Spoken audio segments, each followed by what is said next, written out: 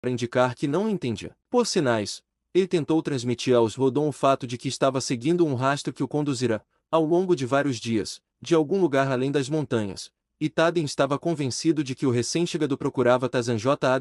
Contudo, ele desejava descobrir se isso se daria como amigo ou inimigo. O estranho percebeu os polegares e grandes dedos preenses dos Rodon e sua longa cauda com uma surpresa que procurou esconder, mas maior do que tudo era a sensação de alívio por o primeiro habitante desta terra estranha que encontrara ter se mostrado amigável, pois ele teria sido imensamente prejudicado pela necessidade de forçar seu caminho por uma terra hostil. Tadem, que havia estado caçando alguns dos mamíferos menores, cuja carne é especialmente apreciada pelos Rodon, esqueceu seu intento de caça diante do maior interesse por sua nova descoberta. Ele levaria o estranho até um et, e possivelmente, juntos encontrariam uma maneira de descobrir as verdadeiras intenções do recém-chegado. E assim, invamente por meio de sinais, ele informou ao outro que o acompanharia. Juntos, disseram em direção às falésias do povo de Onete. À medida que se aproximavam, encontraram as mulheres e crianças trabalhando sob a vigilância dos anciãos e dos jovens recolhendo os frutos e ervas silvestres que fazem parte de sua dieta,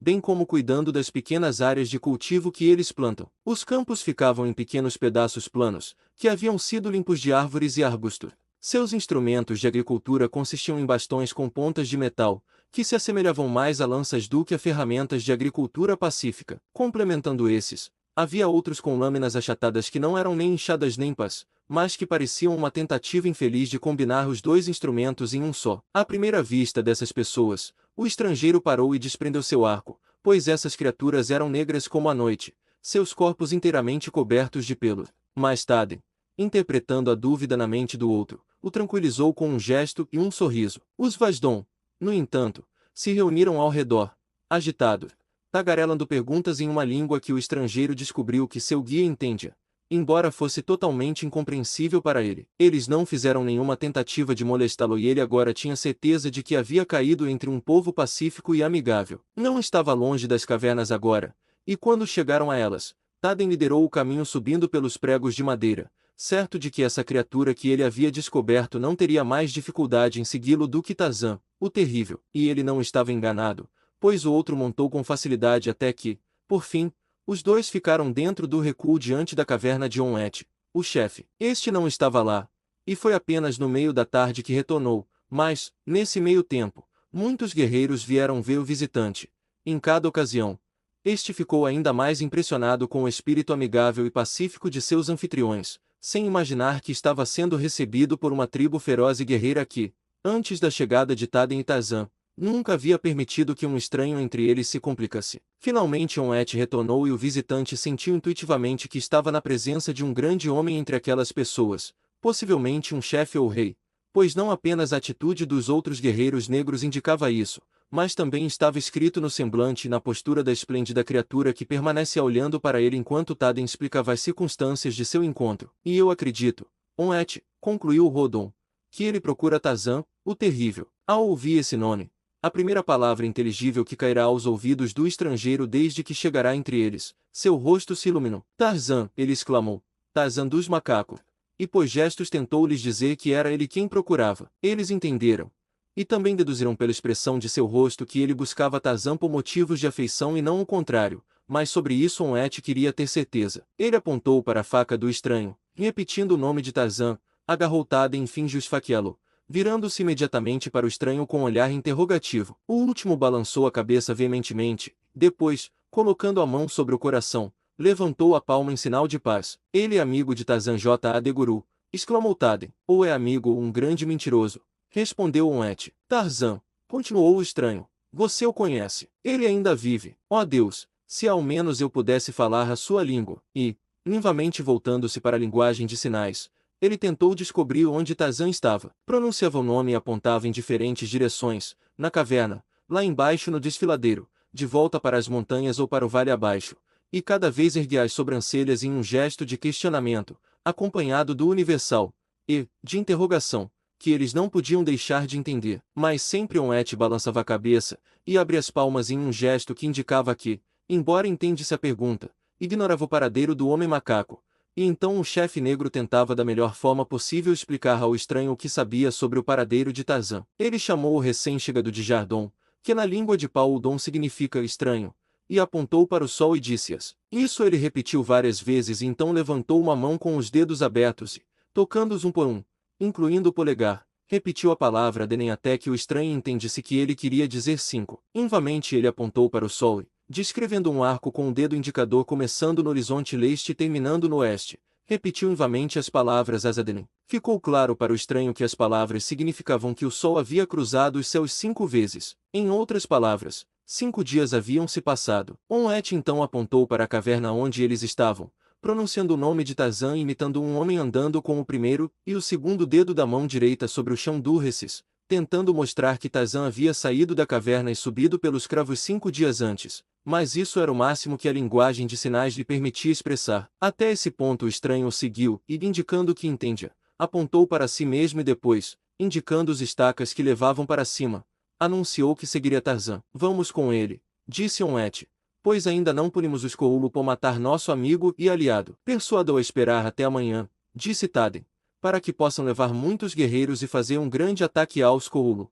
E desta vez, Onlet, não mate seus prisioneiros. Leve o máximo que puderem vivos e de alguns deles poderemos descobrir o destino de Tarzan J. Deguru. Grande é a sabedoria do Rodon, respondeu Onlet. Será como você diz, e tendo feito prisioneiros todos os Skoulu, faremos com que eles nos digam o que desejamos saber. E então os marcharemos até a borda de Kougryf e os empurraremos do penhasco. Tadem sorriu. Ele sabia que eles não conseguiriam capturar todos os guerreiros Skoulu, seriam sortudos se capturassem um e também era possível que até fossem derrotados.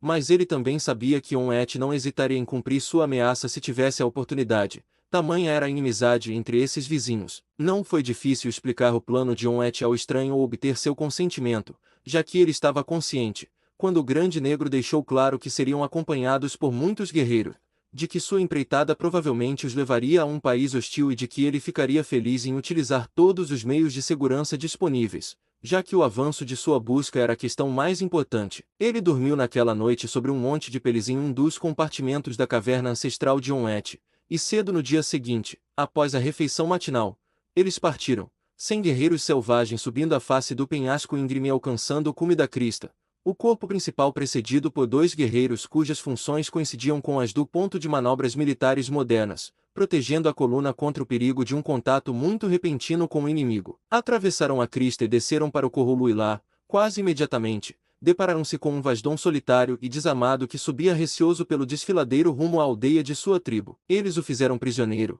o que, estranhamente, só aumentou seu terror, já que desde o momento em que os tinha visto e percebido que escapar era impossível, ele esperava ser morto imediatamente. Leve-o de volta para Corrujá, disse Onlet a um de seus guerreiros, e mantenham-no lá sem ferimentos até que eu retorne. E assim o perplexo Corrulo foi levado embora enquanto a companhia selvagem avançava furtivamente de árvore em sua aproximação mais próxima da vila. A fortuna sorriu para Onlet ao lhe dar rapidamente o que ele buscava, uma batalha real, pois eles ainda não tinham avistado as cavernas dos Corrulo quando encontraram um considerável grupo de guerreiros descendo o desfiladeiro em alguma expedição. Como sombras, os Corujá se dissolveram no esconderijo da folhagem em ambos os lados do caminho, ignorantes do perigo iminente, seguros no conhecimento de que transitavam em seu próprio domínio, onde cada pedra e cada rochedo eram tão familiares quanto os traços de seus companheiros.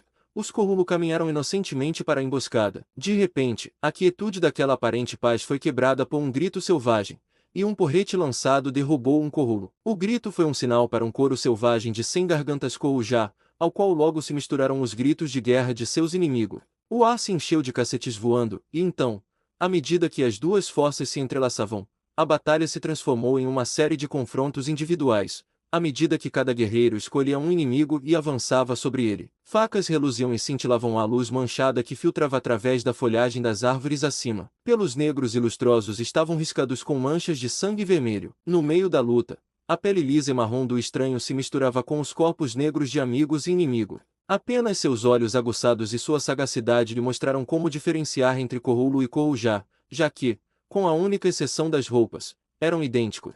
Mas no primeiro ataque do inimigo ele percebeu que suas tunguinhas não eram feitas das peles de leopardo cerradas usadas por seus aliados. Onlet, após despachar seu primeiro antagonista, olhou para Jardon. Ele luta com a ferocidade de jato, refletiu o chefe. Deve ser realmente poderosa a tribo da qual ele e Tarzan J. Deguru vêm, e então toda a sua atenção foi ocupada por um novo agressor. Os combatentes avançavam para lá e para cá pela floresta até que os que sobreviveram estavam exaustos. Todos, exceto o estranho que parecia não conhecer o significado da fadiga. Ele continuava lutando quando cada novo adversário teria desistido com prazer, e quando não havia mais Corrulo que não estivesse engajado.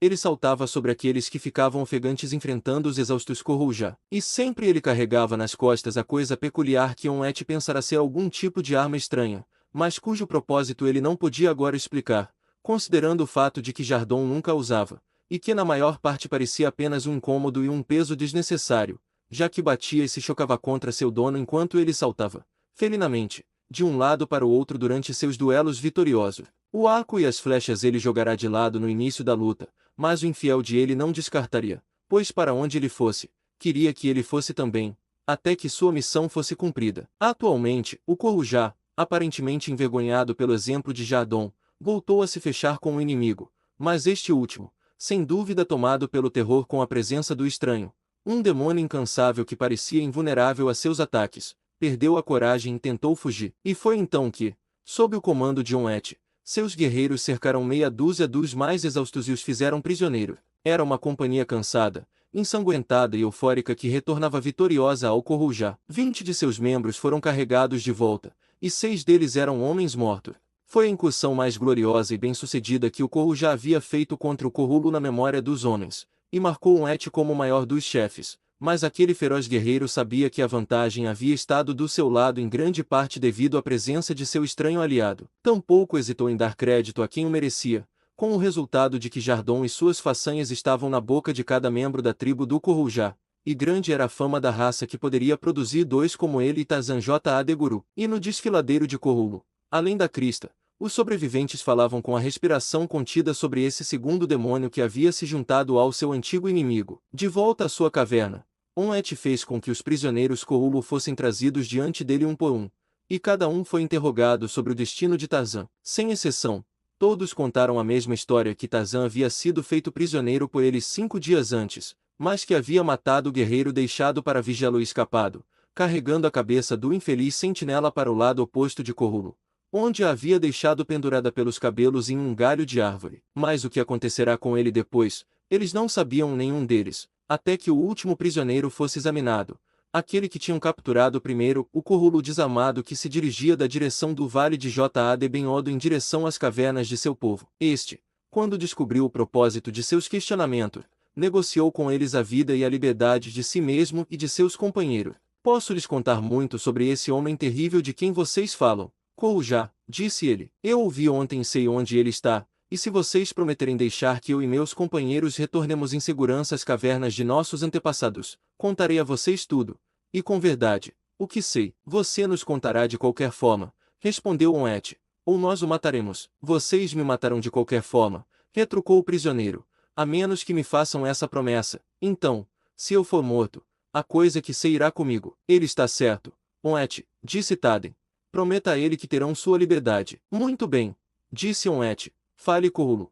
E quando me tiver contado tudo, você e seus companheiros poderão retornar ilesos à sua tribo. Foi assim, começou o prisioneiro. Há 3 dias eu estava caçando com um grupo de meus companheiros perto da foz de Corrulo, não muito longe de onde você me capturou esta manhã, quando fomos surpreendidos e atacados por um grande número de Rodon que nos fizeram prisioneiros e nos levaram para Alor, onde alguns foram escolhidos para ser escravos e o restante foi colocado em uma câmara sob o templo, onde são mantidas para o sacrifício as vítimas oferecidas pelos Rodon a Jad Ben-Odo nos altares sacrificial do templo. Parecia então que meu destino estava realmente selado e que sortudos eram aqueles que haviam sido escolhidos como escravos entre os Rodon, pois eles ao menos poderiam esperar escapar. Aqueles na câmara comigo deviam estar sem esperança. Mas ontem aconteceu algo estranho. Veio ao templo, acompanhado por todos os sacerdotes e pelo rei e muitos de seus guerreiros, alguém a quem todos rendiam grande reverência. E quando chegou ao portão trancado que dava acesso à câmara onde nós miseráveis aguardávamos nosso destino, vi, para minha surpresa, que não era outro senão aquele terrível homem que havia sido prisioneiro recentemente na vila de Corrulo, aquele a quem você chama de Tazan J. Guru, mas a quem eles chamavam de Doro-Odo. E ele olhou para nós e questionou o sumo sacerdote, e quando lhe foi informado o motivo pelo qual estávamos presos ali, ele se irritou e disse que não era vontade de Jad Ben-Odo que seu povo fosse assim sacrificado, e ordenou ao sumo sacerdote que nos libertasse.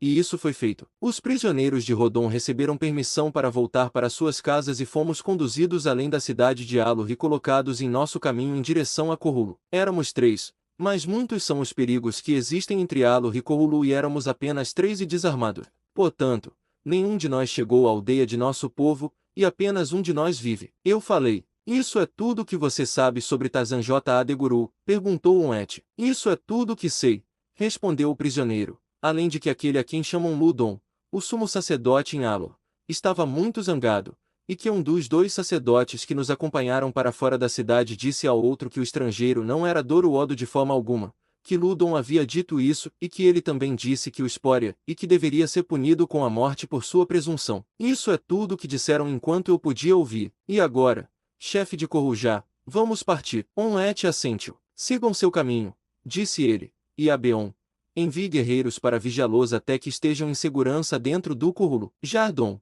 ele disse, fazendo sinais para o estranho, venha comigo. E levantando-se, ele abriu caminho em direção ao cume do penhasco. E quando ficaram sobre a crista, Onwet apontou para o vale em direção à cidade de Alor, brilhando à luz do sol poente. Lá está Tarzan J. Adeguru, ele disse, e Jardon entendeu. 13. O mascarador. Quando Tarzan desceu ao chão além do muro do templo, não havia em sua mente a intenção de escapar da cidade de Alor até ter a certeza de que sua companheira não era prisioneira ali, mas como, nesta cidade estranha, onde a mão de cada homem agora poderia estar contra ele, ele viveria e continuaria sua busca era algo bem distante de estar claro para ele. Havia apenas um lugar do qual ele sabia que poderia encontrar até mesmo um refúgio temporário, e esse era o Jardim Proibido do Rei. Havia uma vegetação densa na qual um homem poderia se esconder, além de água e frutas. Uma criatura astuta da selva, se conseguisse chegar ao local sem ser notada, poderia permanecer oculta ali por um tempo considerável.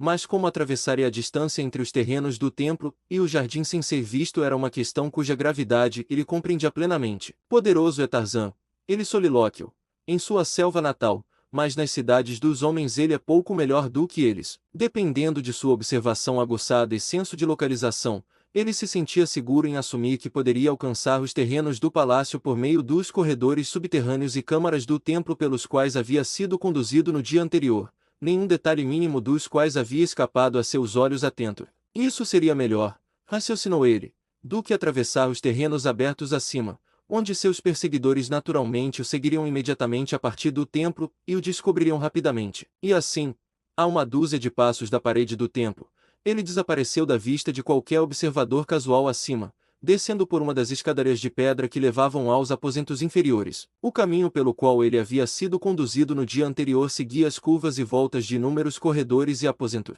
Mas Tarzan, seguro de si nesses assuntos, refez o percurso com precisão, sem hesitação. Ele tinha pouco medo de uma apreensão imediata ali, já que acreditava que todos os sacerdotes do templo haviam se reunido no pátio acima para assistir ao seu julgamento, à sua humilhação e à sua morte. E com essa ideia firmemente implantada em sua mente, ele contornou a curva do corredor e deu de cara com um subsacerdote, seu grotesco cocar escondendo qualquer emoção que a visão de Tarzan pudesse ter despertado. No entanto, Tarzan tinha uma vantagem sobre o votário mascarado de J.A.D. Beniodo no momento em que viu o sacerdote, soube qual era sua intenção em relação a ele, portanto, não foi obrigado a adiar a ação. E assim foi que, antes que o sacerdote pudesse determinar qualquer linha de conduta adequada nas circunstâncias, uma longa e afiada faca havia sido cravada em seu coração. Quando o corpo se lançou em direção ao chão, Tarzan o segurou e arrancou o cocar de seus ombros, pois a primeira visão da criatura sugerirá à sua mente sempre alerta um plano ousado para enganar seus inimigos. O cocar, salvo de possíveis danos que certamente teria sofrido ao cair no chão junto com o corpo de seu dono, Tarzan soltou seu apeto sobre o cadáver, colocou cuidadosamente o cocar no chão, abaixando-se, cortou o rabo do Rodon próximo à sua raiz. Perto, à sua direita, havia uma pequena câmara da qual o sacerdote evidentemente acabará de sair, e para lá Tarzan arrastou o cadáver, o cocar e o rabo. Rapidamente cortando uma tira fina de couro da tanga do sacerdote, Tarzan amarrou firmemente na extremidade superior do membro cortado, e então, enfiando a cauda sob sua tanga atrás de si, prendeu no lugar o melhor que pôde. Em seguida, colocou a touca sobre os ombros e saiu do apartamento, parecendo, a todos os efeitos, um sacerdote do templo de J.A.D. Beniodo, a menos que alguém examinasse de perto seus polegares e seus grandes dedos dos pés. Ele havia notado que, entre os Rodon e os Vasdon, não era nada incomum que a extremidade da cauda fosse carregada em uma das mãos, e assim ele levantou a própria cauda dessa forma, para que a aparência inerte dela arrastando-se atrás não despertasse suspeitas. Percorrendo o corredor e passando pelas várias câmaras, ele finalmente emergiu nos terrenos do palácio além do templo. A perseguição ainda não havia chegado a este ponto, embora ele estivesse consciente de uma comoção não muito atrás dele. Agora ele encontrava tanto guerreiros quanto escravos, mas nenhum lhe dava mais do que um olhar de passagem, um sacerdote sendo uma visão comum demais pelo palácio. E assim, passando pelos guardas sem ser incomodado, ele finalmente chegou à entrada interna do Jardim Proibido e ali parou, examinando rapidamente aquela parte do belo local que se estendia diante de seus olhos. Para seu alívio, parecia desocupada, e felicitando-se pela facilidade com que até agora havia enganado os altos poderes de Alor, ele se moveu rapidamente para o extremo oposto do recinto. Ali, encontrou um trecho de arbustos floridos que poderia facilmente esconder uma dúzia de homens. Rastejando bem para dentro, ele removeu o desconfortável enfeite de cabeça e sentou-se para aguardar quaisquer eventualidades que o destino pudesse reservar para ele, enquanto formulava planos para o futuro. A única noite que passará em Alor manteve acordado até altas horas, alertando para o fato de que, embora houvesse poucos nos terrenos do templo à noite, ainda havia o suficiente para tornar possível que ele saísse disfarçado sem atrair a atenção desagradável dos guardas. Além disso, ele notou que o sacerdócio constituía uma classe privilegiada, que parecia entrar e sair à vontade sem ser desafiada tanto pelo palácio quanto pelo templo. No total, então, ele decidiu que a noite fornece as horas mais propícias para sua investigação. De dia ele poderia se esconder nos arbustos do Jardim Proibido, relativamente livre de ser descoberto. De além do jardim, ele ouvia as vozes de homens chamando uns aos outros, tanto de longe quanto de perto, e ele supôs que a busca por ele estava sendo diligentemente conduzida. Os momentos ociosos lhe proporcionaram uma oportunidade de elaborar um esquema mais satisfatório para prender seu apêndice caudal roubado. Ele o organizou de tal forma que pudesse ser colocado ou retirado rapidamente, e feito isso, começou a examinar a máscara estranha que havia ocultado seus traços de maneira tão eficaz. A coisa tinha sido muito habilmente trabalhada a partir de um único bloco de madeira, muito provavelmente um segmento de árvore, sobre o qual as feições haviam sido esculpidas e, em seguida, o interior foi oco até que restasse apenas uma casca relativamente fina. Dois entalhes semicirculares haviam sido arredondados em lados opostos da borda inferior. Eles se encaixavam confortavelmente sobre seus ombros,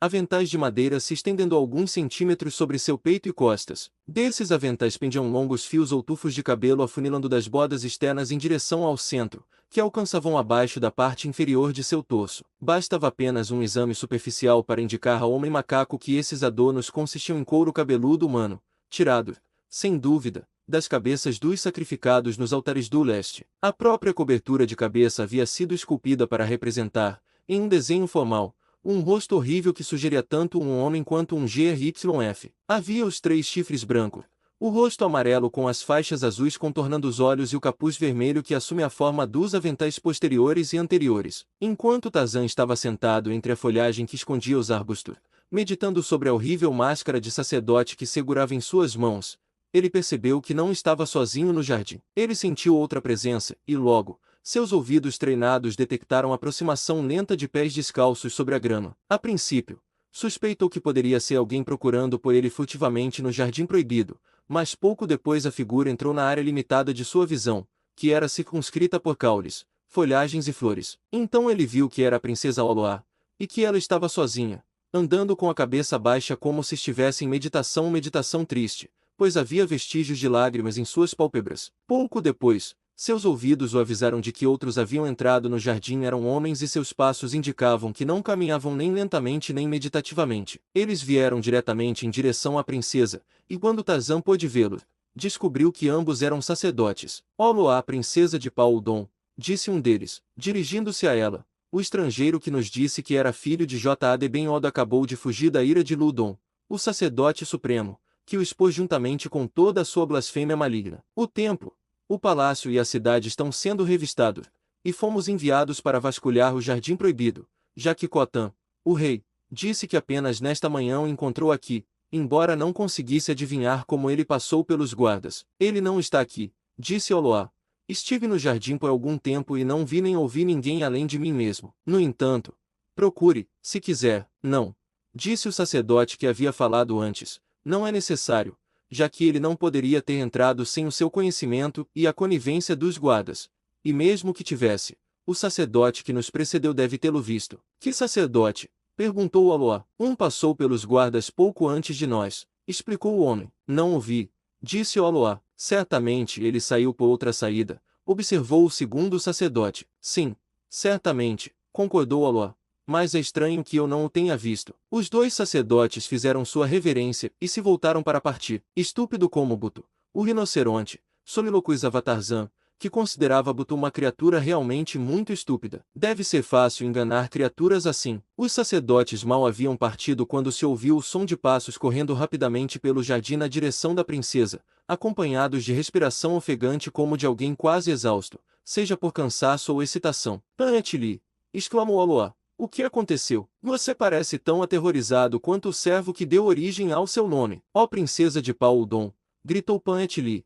Eles teriam matado ele no templo. Teriam matado o maravilhoso estranho que dizia ser o Doro-Odo. Mas ele escapou, disse Oloá. Você esteve lá. Conte-me sobre isso. O sumo sacerdote teria mandado prendê-lo e matá-lo, mas quando eles avançaram contra ele, ele arremessou um deles no rosto de Ludon com a mesma facilidade com que você poderia lançar suas couraças em mim, e então pulou sobre o altar e de lá para o topo da parede do templo, desaparecendo abaixo. Eles estão à sua procura, mas, ó princesa, eu oro para que não o encontrem. E por que você ora por isso? Perguntou Aloá. Acaso alguém que blasfemou tanto não merece a morte? Ah, mas você não o conhece, respondeu Panetli. E você conhece, então? Retrucou Aloá rapidamente. Esta manhã você se traiu e depois tentou me enganar. Os escravos de Oloá não cometem tais atos impunemente. Ele é, então, o mesmo Tarzan J. Adeguru de quem você me falou. Fale, mulher, e fale apenas a verdade. Panetli se endireitou muito, segurando o queixinho bem alto,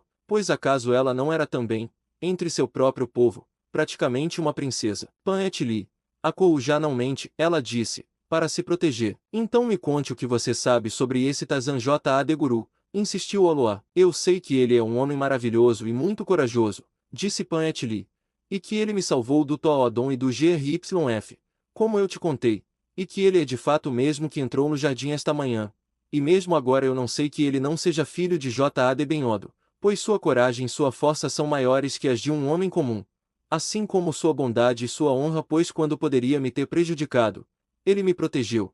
E quando poderia ter se salvo, pensou apenas em mim. E tudo isso ele fez por causa de sua amizade por Onete, que é Gun de Koujai com quem eu deveria ter me unido, não fosse o Rodon ter me capturado. Ele era realmente um homem maravilhoso de se olhar, refletiu Aloá. E ele não era como os outros homens, não apenas na conformação de suas mãos e pés ou pelo fato de ser sem cauda, mas havia algo nele que o fazia parecer diferente de maneiras mais importantes do que essas. E, acrescentou Panetli, seu pequeno coração selvagem leal ao homem que a tinha ajudado esperando conquistar para ele a consideração da princesa, mesmo que isso talvez não lhe fosse útil. E, disse ela, ele não sabia tudo sobre Tadem, e até mesmo onde ele estava. Diga-me, ó princesa, um mortal poderia saber tais coisas. Talvez ele tenha visto Tadem, sugeriu Aloá. Mas como ele saberia que você amava Tadem? Rebateu Panetli. Eu lhe digo, minha princesa, que se ele não é um deus, é pelo menos mais do que Rodon ou Vasdon. Ele me seguiu da caverna de S-Sat em Koujá através de Koulu e duas largas cristas até a própria caverna em Koulu GRYF, onde eu me escondi. Embora muitas horas tivessem passado desde que eu seguira por aquele caminho e meus pés descalços não deixassem marcas no chão, que homem mortal poderia fazer tais coisas? E onde em todo o Paul-Udon uma donzela virgem encontraria amigo e protetor em um homem estranho que não fosse ele? Talvez Ludon esteja enganado, talvez ele seja um deus, disse Oloá, influenciada pela apaixonada defesa do estranho feita por sua escrava. Mas seja Deus ou homem, ele é maravilhoso demais para morrer, exclamou Panetli. Quem me dera poder salvá-lo. Se ele sobrevivesse, talvez até encontrasse uma maneira de lhe devolver seu Tadem, princesa. Ah, se ele pudesse, suspirou Aloá. Mas, infelizmente, é tarde demais. Amanhã devo ser entregue a Bulot. Ele, que veio aos seus aposentos ontem com seu pai, perguntou Panetli. Sim, aquele com o rosto redondo e horrível e a grande barriga, exclamou a princesa, com desgosto. Ele é tão preguiçoso que não caça nem luta. Comer e beber é tudo para o que Bulot serve, e ele não pensa em mais nada além dessas coisas e de suas mulheres escravas. Mas venha, Panetli, reúna para mim algumas dessas lindas flores. Quero espalhá-las ao redor da minha alcova esta noite para que, pela manhã, eu possa levar comigo a lembrança do perfume que mais amo e que sei que não encontrarei na aldeia de Mossar, o pai de Bulot. Eu ajudarei você, Pan-et-Li, e vamos recolher braços cheios delas, pois amo colhê-las como nada mais amo. Elas eram as flores favoritas de Tadem. Os dois se aproximaram do arbusto florida onde Tarzan estava escondido, mas como as flores cresciam abundantemente em todos os arbustos, o homem macaco percebeu que não haveria necessidade de eles entrarem no meio da vegetação para encontrá-lo. Com pequenas exclamações de prazer ao encontrarem flores particularmente grandes ou perfeitas, os dois se deslocavam de um lugar para outro nas bordas do refúgio de Tarzan. Oh, olhe! Pan-et-Li, exclamou Oloa logo em seguida, ali está a rainha de todas. Nunca vi uma flor tão maravilhosa não. Eu mesma a pegarei, é tão grande e maravilhosa que nenhuma outra mão a tocará. E a princesa começou a se deslocar entre os arbustos em direção ao ponto onde a grande flor desabrochava em um arbusto acima da cabeça do homem macaco. Tão repentina e inesperada foi sua aproximação que não houve oportunidade de escapar, e Tarzan sentou-se em silêncio, confiando que o destino poderia ser bondoso com ele e afastar a filha de Cota antes que seus olhos caíssem da flor alta para ele. Mas, enquanto a garota cortava o longo caule com sua faca, ela olhou diretamente para o rosto sorridente de Tarzan J. Deguru. Com um grito abafado, ela recuou e o homem macaco se levantou e a encarou. Não tenha medo, princesa. Ele a tranquilizou. É o amigo de Tadem que a sauda, levantando os dedos em direção aos lábios. Pan-et-Li avançou agora, excitada. Ó J.A. de Benhodo, sou eu. E agora que você me encontrou? Perguntou Tarzan. Você vai me entregar a Ludon, o sumo sacerdote. Pan-et-Li jogou-se de joelhos aos pés de Oloa. Princesa, princesa, suplicou. Não o descubra para seus inimigos. Mas Cotan, meu pai, sussurrou Oloa com medo. Se ele soubesse da minha perfídia, sua fúria seria indescritível. Mesmo sendo uma princesa, Ludon poderia exigir que eu fosse sacrificada para apaziguar a ira de J.A. de Benhodo, e entre os dois eu estaria perdida. Mas eles nunca precisam saber, gritou Pan-et-Li, que você ouviu, a menos que você mesma lhes conte, pois como J.A. de Benhodo é minha testemunha, eu nunca vou traí-la. Oh, diga-me, estranho, implorou Oloa, você é realmente um deus. J.A. de Benhodo não é mais do que eu, respondeu Tarzan com sinceridade. Mas por que você tenta então escapar das mãos dos mortais se você é um deus?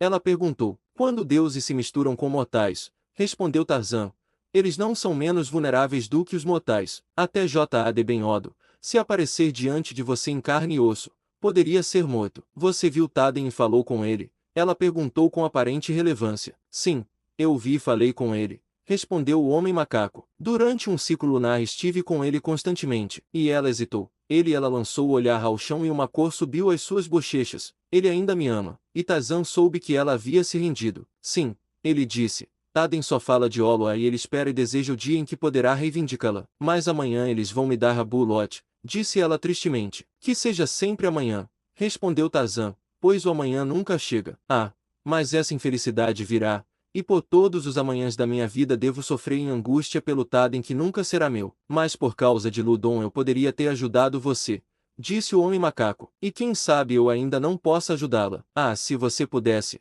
Doro-Odo, exclamou a garota. E eu sei que você ajudaria se fosse possível, pois Pan-et-Li me contou o quão corajoso você é. Ao mesmo tempo, quão gentil. Só J.A. de Benhodo sabe o que o futuro pode trazer, disse Tarzan. E agora vocês dois sigam seu caminho para que ninguém os descubra e suspeite. Nós iremos, disse Oloa. Mas Pan-et-Li voltará com comida. Espero que você consiga escapar e que J.A. de Benhodo fique satisfeito com o que fiz. Ela se virou e saiu. E Pan-et-Li a seguiu enquanto o homem primata retomava seu esconderijo. Ao anoitecer, Pan-et-Li voltou com comida, e ficando a sós com ela, Tarzan fez a pergunta que estava ansioso para fazer desde sua conversa com Oloa mais cedo naquele dia. Diga-me, disse ele, o que você sabe sobre os rumores de que Oloa falou, sobre o estranho misterioso que supostamente está escondido em Alo. Você também ouviu falar disso durante o curto tempo que está aqui? Sim, disse Pan-et-Li. Ouvi falar disso entre os outros escravos. É algo sobre o qual todos cochicham entre si, mas de que ninguém ousa falar em voz alta. Dizem que há uma estranha escondida no templo, e que Ludon a quer como sacerdotisa, que Cota a quer como esposa e que nenhum dos dois ainda ousa tomá-la por medo do outro. Você sabe onde ela está escondida no templo? Perguntou Tarzan. Não, disse Pan-et-Li. Como eu poderia saber? Nem ao certo sei se é mais que uma história, e apenas te digo o que ouvi outros dizerem. Havia apenas uma? Perguntou Tarzan. Sobre quem eles falavam? Não.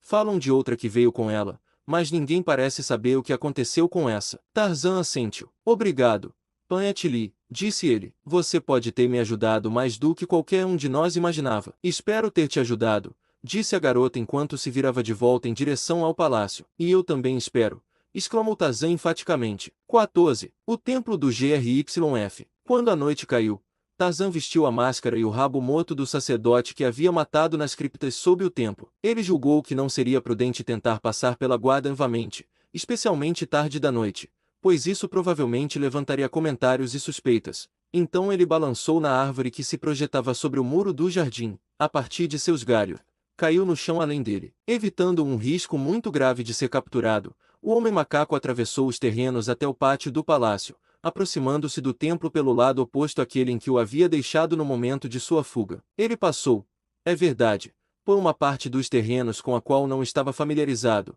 mas preferiu isso ao perigo de seguir a trilha batida entre os apartamentos do palácio e os do templo. Com um objetivo claro em mente, dotado de um senso de orientação quase milagroso, moveu-se com grande segurança pelas sombras do pátio do templo. Aproveitando as sombras mais densas próximas às paredes e os arbustos e árvores que havia, ele finalmente chegou sem incidentes ao edifício ornamentado, sobre o propósito do qual ele tinha perguntado a Ludon, apenas para ser adiado com a afirmação de que havia sido esquecido nada estranho em si, mas dado possível importância pela aparente hesitação do sacerdote em discutir seu uso, e pela impressão que o homem-macaco havia obtido na época de que Ludon mentia. E agora ele estava finalmente sozinho diante da estrutura que tinha 3 andares de altura e era separada de todos os outros edifícios do templo. Possuía uma única entrada gradeada, esculpida na rocha viva, representando a cabeça de um grife, cuja boca aberta constituía a porta de entrada. A cabeça, o capuz e as patas dianteiras da criatura eram representados como se estivesse agachada, com a mandíbula inferior apoiada no chão entre suas patas estendidas. Pequenas janelas ovais, também gradeadas, ladeavam a entrada. Vendo que a costa estava livre, Tarzan entrou na entrada escura, onde tentou as grades, apenas para descobrir que estavam engenhosamente travadas por algum dispositivo que ele não conhecia e que também provavelmente eram fortes demais para serem quebradas, mesmo que ele pudesse arriscar o barulho que isso causaria. Nada era visível dentro do interior escurecido. Momentaneamente perplexo, ele procurou as janelas. Também aqui as grades se recusaram a revelar seu segredo, mas, novamente, Tarzan não se abalou, já que não esperava nada diferente. Se as grades não cedessem à sua astúcia, elas cederiam à sua força gigantesca, caso não houvesse outro meio de entrada, mas primeiro ele se certificaria de que esse fosse o caso. Movendo-se completamente ao redor do prédio, ele o examinou cuidadosamente. Havia outras janelas, mas também estavam grades. Ele parava frequentemente para olhar e escutar, mas não viu ninguém, e os sons que ouviu estavam distantes demais para lhe causar qualquer apreensão. Ele olhou para cima, para a parede do edifício. Como muitas das outras paredes da cidade, do palácio e do templo, ela era ornamentada com entalhes e também havia os peculiares beirais que às vezes corriam em um plano horizontal e outras vezes estavam inclinados em ângulo, dando frequentemente a impressão de irregularidade, e até de tortuosidade aos edifícios. Não era uma parede difícil de escalar, pelo menos não difícil para o homem-macaco, mas ele achou o elaborado e desajeitado cocar um considerável obstáculo, e por isso, o colocou de lado no chão, aos pés da parede. Agilmente, ele subiu para descobrir que as janelas do segundo andar não apenas estavam gradeadas, mas também tinham cortinas por dentro. Ele não demorou muito no segundo andar, pois tinha em mente a ideia de que encontraria a entrada mais fácil pelo telhado, que ele havia notado ser aproximadamente em forma de cúpula, como a sala do trono de Cota. Ali havia aberturas. Ele as tinha visto do chão, e se a construção do interior se assemelhasse mesmo que ligeiramente à da sala do trono, não seriam necessárias grades nessas aberturas, já que ninguém poderia alcançá-las do piso da sala. Só havia uma pergunta: seriam elas grandes o suficiente para admitir os ombros largos do homem-macaco? Ele pausou novamente no terceiro andar, e aqui, apesar das cortinas, viu que o interior estava iluminado. Ao mesmo tempo, chegou ao seu nariz, de dentro, um aroma que temporariamente o despia de qualquer resquício de civilização que pudesse ter restado, deixando um feroz e terrível touro das selvas de Kershak. A metamorfose foi tão súbita e completa que quase escapou de seus lábios selvagens o horrendo desafio de sua espécie, mas a astúcia de sua mente bruta lhe poupou desse erro. E agora ele ouviu vozes lá dentro, a voz de Ludon. Ele juraria, exigindo, e altivas e desdenhosas vieram as palavras em resposta, embora um completo desespero falasse nos tons dessa outra voz. que levou Tarzan ao auge da frenesia. A cúpula com suas possíveis aberturas foi esquecida. Toda a consideração de furtividade e silêncio foi deixada de lado quando o homem-macaco recuou o poderoso punho e desferiu um único golpe terrível contra as barras da pequena janela à sua frente. Um golpe que fez as barras e a armação que as segurava caírem com estrondo no chão do apartamento. Instantaneamente, Tarzan mergulhou de cabeça pela abertura, levando consigo os tecidos de pele de antílope para o chão abaixo. Saltando de pé, arrancou o pelo que o enredava da cabeça, apenas para se ver em total escuridão e silêncio. Ele chamou em voz alta um nome que não pronunciava havia muitos meses cansativo. Jane, Jane, ele gritou. Onde você está? Mas só houve silêncio em resposta. Vez após vez ele chamava, tateando com as mãos estendidas através da escuridão estija do quarto, suas narinas atacadas e seu cérebro tentado pelo delicado aroma que primeiro havia lhe assegurado que sua companheira estivera naquele próprio quarto. E ele havia ouvido sua querida voz enfrentando as exigências baixas do vil sacerdote. Ah, se ele tivesse agido com mais cautela, se tivesse continuado a se mover com silêncio e discrição, talvez até neste momento estivesse segurando-a em seus braços enquanto o corpo de Loudon, sob seu pé, falava eloquentemente de uma vingança realizada. Mas agora não havia tempo para auto-reproches ociosos. Ele tropeçou cegamente para frente, tateando em busca do que não sabia o que até que, de repente, o chão sob ele se inclinou e ele despencou para uma escuridão ainda mais completa do que a que estava acima. Sentiu seu corpo bater contra uma superfície lisa e percebeu que estava caindo como por um tubo polido, enquanto de cima vinham os tons zombeteiros de uma risada provocadora e a voz de Loudon gritava atrás dele: "Retorna ao teu pai,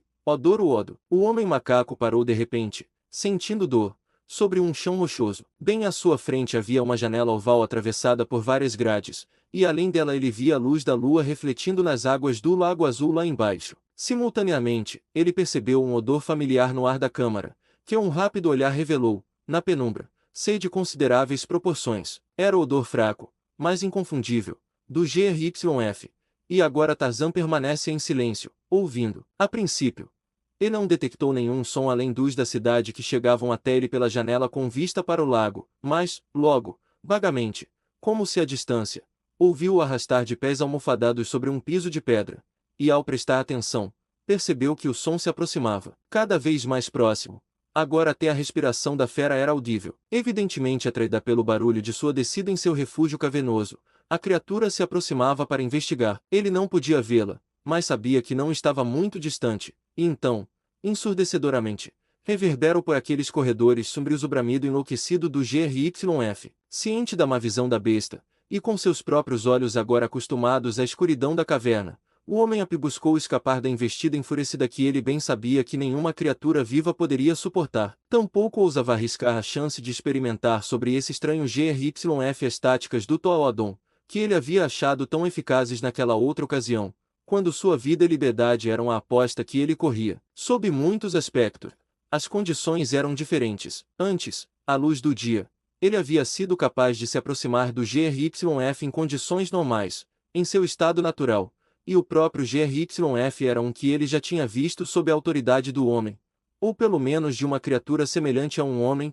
mas aqui ele se deparava com uma besta aprisionada no auge de um ataque furioso e tinha todos os motivos para suspeitar que este GRYF talvez nunca tivesse sentido a influência restritiva da autoridade, confinado como estava neste poço sombrio para servir, provavelmente apenas ao único propósito que Tarzan já havia visto tão claramente retratado em sua própria experiência dos últimos minutos. Para eludir a criatura, então, a possibilidade de descobrir alguma brecha para escapar de sua situação parecia ao homem-macaco o curso de ação mais sábio a seguir. Havia muito em jogo para arriscar um encontro que poderia ser evitado, um encontro cujo desfecho havia toda a razão para temer que selaria o destino da companheira que ele acabará de encontrar, apenas para perder vivamente de forma tão angustiante. E, embora sua decepção e desgosto fossem grandes, e seu estado atual parecesse desesperador, havia nas veias do senhor selvagem um caloroso brilho de gratidão e euforia. Ela vivia, depois de todos esses meses cansativos de desespero e medo, ele a havia encontrado. Ela vivia, para o lado oposto da câmara,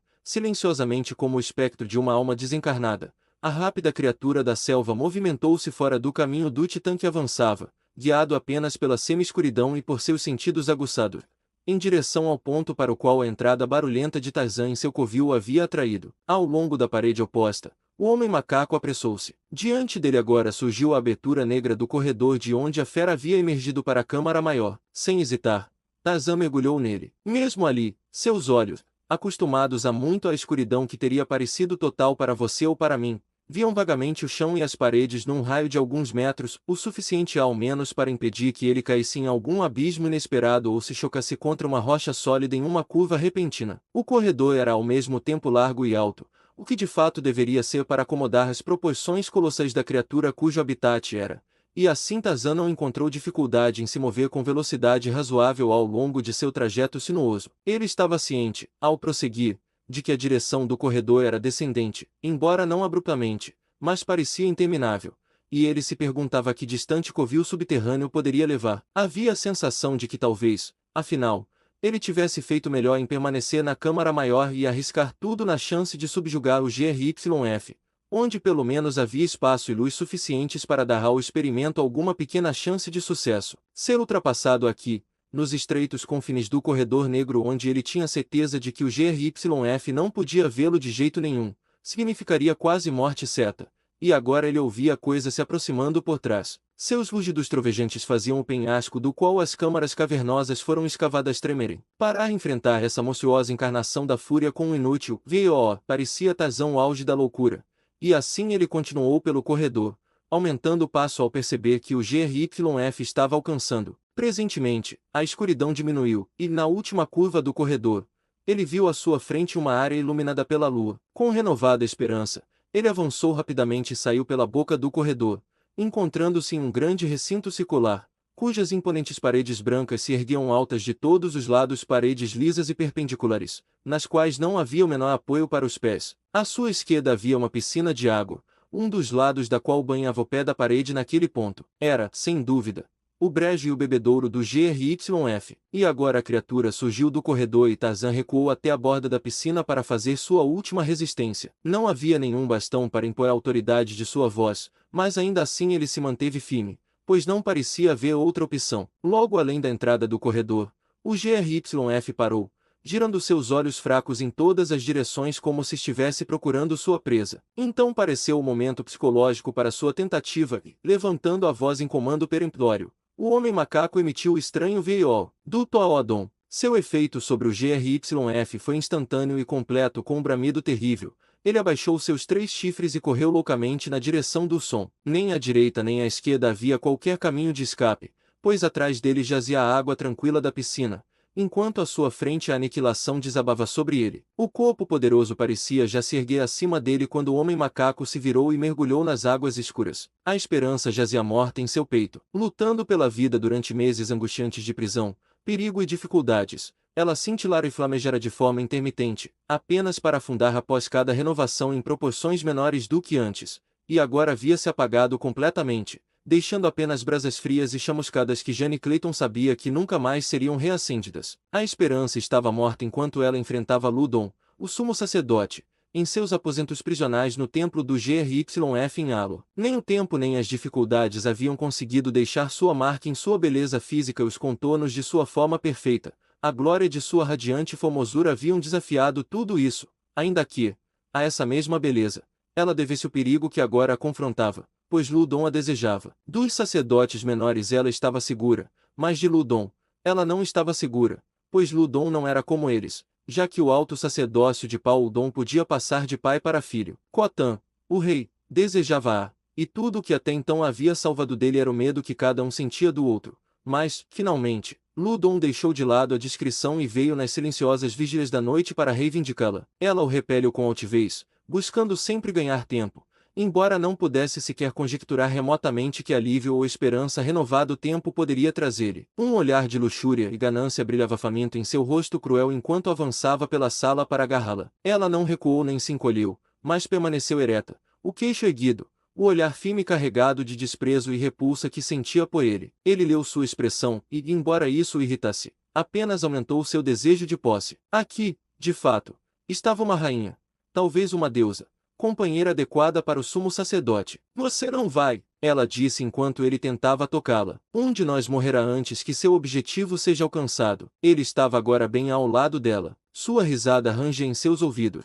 O amor não mata, respondeu ele zombando. Ele estendeu a mão para o braço dela e, ao mesmo tempo, algo colidiu com as grades de uma das janelas, quebrando-as para dentro até o chão, seguido quase simultaneamente por uma figura humana que mergulhou de cabeça na sala, com a cabeça envolta nas cortinas de pele da janela que trouxe consigo em sua entrada impetuosa. Jane Clayton viu surpresa e algo de terror também surgir no semblante do sumo sacerdote, e então o viu avançar e puxar uma correia de couro que pendia do teto do aposento. Instantaneamente, desceu do alto uma divisória engenhosamente construída que caiu entre eles e o intruso, efetivamente impedindo de alcançá-los e ao mesmo tempo deixando tatear do outro lado na escuridão, já que o único candelabro que o quarto continha estava do lado deles da divisória. Pouco além do muro, Jane ouviu vagamente uma voz chamando, mas de quem era e quais eram as palavras ela não conseguia distinguir. Então ela viu Loudon puxar outra correia e esperar, em evidente expectativa de algum acontecimento consequente. Ele não teve que esperar muito. Ela viu a correia se mover de repente como se tivesse sido puxada de cima, então Loudon sorriu, e, com outro sinal,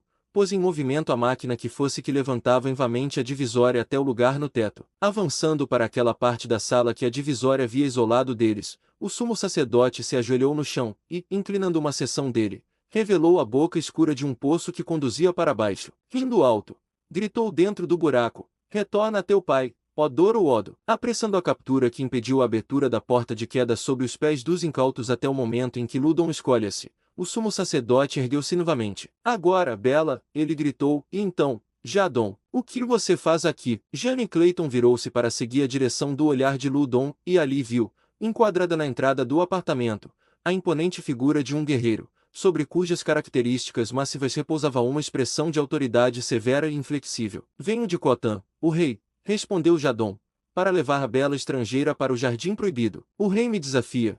"O sumo sacerdote de J.A.D. Ben-Odo", exclamou Loudon. "É a ordem do rei, eu falei", respondeu Jadon, cujo modo de agir não demonstrava nem medo nem respeito pelo sacerdote. Loudon sabia muito bem porque o rei havia escolhido esse mensageiro cuja heresia era notória, mas cujo poder ainda o protege das maquinações do sacerdote. Loudon lançou um olhar sorrateiro às correias penduradas no teto. Por que não? Se ao menos ele pudesse manobrar para atrair Jadon para o lado oposto da câmara. "Venha", disse em um tom conciliador, "vamos discutir o assunto." E se dirigiu ao ponto onde queria que Jadon o seguisse. "Não há nada a discutir", respondeu Jadon. Ainda assim seguiu o sacerdote, temendo uma traição. Jane os observava. No rosto e na figura do guerreiro, ela via refletidos aqueles traços admiráveis de coragem e honra que a profissão militar mais desenvolve. No sacerdote hipócrita, não havia nenhuma qualidade redentora. Entre os dois, então, ela poderia escolher melhor o guerreiro. Com ele havia uma chance, com Loudon, nenhuma. Até mesmo o simples processo de transferência de uma prisão para outra poderia oferecer alguma possibilidade de fuga. Ela ponderou todas essas coisas e decidiu, pois o rápido olhar de Loudon para as tiras de couro não passará despercebido nem fora mal interpretado por ela. "Guerreiro", ela disse, dirigindo-se a Jadon, "se você quiser viver, não entre naquela parte da sala." Loudon lançou-lhe um olhar furioso. "Silêncio, escrava!" gritou ele. "E onde está o perigo?" perguntou Jadon a Jane, ignorando Loudon. A mulher apontou para as tangas. "Olhe", disse ela.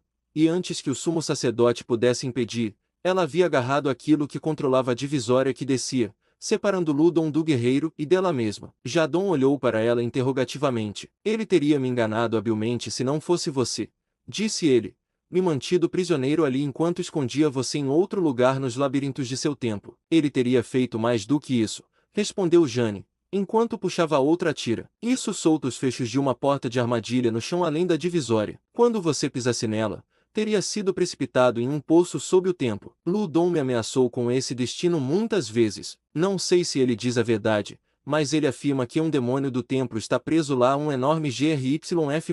Há um GRYF dentro do templo", disse Jadon. "Com ele e com os sacrifícios, os sacerdotes nos mantêm ocupados fornecendo-lhes prisioneiros. Embora as vítimas às vezes sejam aquelas pelas quais Loudon concebeu ódio entre nosso próprio povo. Ele tem me vigiado há muito tempo. Esta teria sido a sua chance, não fosse por você. Diga-me, mulher, por que me avisou? Não somos todos nós igualmente seus carcereiros e seus inimigos?" "Ninguém poderia ser mais horrível que Loudon", respondeu ela. "E você tem a aparência de um guerreiro corajoso e honrado." "Eu não poderia esperar, pois a esperança morreu, e ainda assim, há a possibilidade de que entre tantos homens de guerra, mesmo que sejam de outra raça que a minha, Exista um que trate um estranho dentro de seus portões com honra mesmo que ela seja uma mulher. Jadon olhou para ela por um longo minuto. Khotan faria de você sua rainha, disse ele. Ele mesmo me contou isso, com certeza. Seria um tratamento honrado vindo de quem poderia te tornar uma escrava. Então por que ele me faria rainha? Ela perguntou. Jadon se aproximou como se tivesse medo de que suas palavras fossem ouvidas. Ele acredita, embora não tenha me dito isso de fato, que você é da raça dos deuses. E por que não? J.A.D. Ben-Odo é sem cauda, portanto não é estranho que Khotan suspeite que apenas os deuses sejam assim. Sua rainha morreu, deixando apenas uma filha. Ele deseja um filho, e o que poderia ser mais desejável do que fundar uma linhagem de governantes para Pauldon descendentes dos deuses? Mas eu já sou casada, gritou Jane. Não posso me casar com outro. Não quero ele nem seu trono. Khotan é rei, respondeu Jadon simplesmente, como se isso explicasse e simplificasse tudo. Então você não vai me salvar? Ela perguntou. Se você estivesse em Jalo, respondeu ele, eu poderia protegê-la, até mesmo contra o rei. O que é Jalo e onde fica? Ela perguntou, agarrando-se a qualquer esperança. É a cidade onde eu governo, respondeu ele. Sou chefe lá e de todo o vale além. Onde fica? Ela insistiu. Fica longe. Não. Ele respondeu, sorrindo. Não é longe.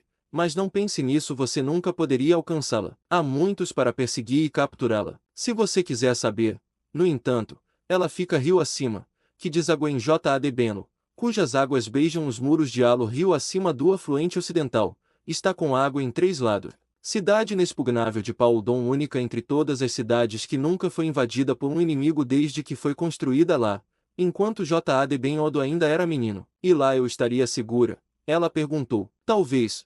Ele respondeu, a esperança morta, por qual frágil provocação você buscaria brilhar invamente? Ela suspirou e balançou a cabeça, percebendo a inutilidade da esperança, e ainda assim a isca tentadora pairava diante de sua mente. Jalo, você é sábia, comentou Jadon interpretando seu suspiro. Vamos agora. Iremos aos aposentos da princesa ao lado do Jardim Proibido. Lá você ficará com Oloa, a filha do rei. Será melhor do que esta prisão que você tem ocupado. E Khotan? Ela perguntou. Um arrepio percorrendo seu corpo esguio. Há cerimônias, explicou Jadon, que podem ocupar vários dias antes que você se torne rainha, e uma delas pode ser difícil de organizar. Ele riu então. O que? Ela perguntou. Somente o sumo sacerdote pode realizar a cerimônia de casamento para um rei, explicou. Atraso, ela murmurou. Abençoado atraso. Tenaz de fato é a esperança, mesmo que seja reduzida a carvão frio e sem vida, uma verdadeira fênix. O rei está morto. Enquanto conversavam, Jadon a havia conduzido pela escada de pedra que leva dos andares superiores do templo do GRYF às câmaras e aos corredores que perfuram as colinas rochosas de onde o templo e o palácio foram esculpidos. E agora eles passavam de um para o outro através de uma porta, de um lado da qual 2 sacerdotes faziam guarda e do outro 2 guerreiros. Os primeiros teriam parado Jadon ao ver quem o acompanhava, pois era bem conhecida no templo a disputa entre o rei e o sumo sacerdote pela posse dessa bela estrangeira. Só por ordem de Ludon ela pode passar, disse um, colocando-se diretamente à frente de Jane Clayton, bloqueando seu caminho. Através dos olhos ocos da máscara horrível, a mulher podia ver os do sacerdote abaixo, brilhando com o fogo do fanatismo. Jadon colocou um braço sobre seus ombros e pousou a mão sobre sua faca. Ela passa por ordem de Khotan, o rei, disse ele, e em virtude do fato de que Jadon, o chefe, é seu guia. Apartem-se. Os 2 guerreiros do lado do palácio avançaram. Estamos aqui, Gundijalo, disse um, dirigindo-se a Jadon, para receber e obedecer seus comandos. O segundo sacerdote agora se intrometeu. Deixe-os passar, advertiu ele ao seu companheiro. Não recebemos ordens diretas de Ludon, em contrário, e é uma lei do templo e do palácio que chefes e sacerdotes possam ir e vir sem interferência. Mas eu conheço os desejos de Ludon, insistiu o outro. Ele te disse então que Jadon não deve passar com o estranho. Não o mais. Então, deixe-os passar, pois são 3 contra 2 e irão passar de qualquer forma. Fizemos o nosso melhor. Resmungando, o sacerdote se afastou. Ludon vai exigir uma explicação, exclamou raivosamente. Jadon se voltou para ele. E receberá quando e onde quiser, retrucou. Eles finalmente chegaram às dependências da princesa Oloa, onde, na entrada principal, vagueava uma pequena guarda de guerreiros do palácio e vários eunucos negros robustos pertencentes à princesa ou às suas acompanhantes. A um destes últimos, Jadon entregou sua prisioneira. Leve-a à princesa, ordenou ele, e veja que ela não escape. Por vários corredores e aposentos iluminados por candelabros de pedra, o eunuco conduziu Lady Greystoke, que finalmente parou diante de uma porta escondida por cortinas de pele de jato, onde o guia bateu com seu bastão na parede ao lado da porta. Oloá, princesa de Paudon, chamou ele. Aqui está a mulher estranha, a prisioneira do templo. Faça entrar. Jane ouviu uma voz doce de dentro da Raoden. O eunuco afastou as cortinas e Lady Greystoke entrou. À sua frente havia uma sala de tamanho moderado com teto baixo. Em cada um dos 4 cantos, uma figura ajoelhada de pedra parecia suportar sua parte do peso do teto sobre os ombros. Estas figuras eram evidentemente destinadas a representar escravos Vasdon e não careciam de ousada beleza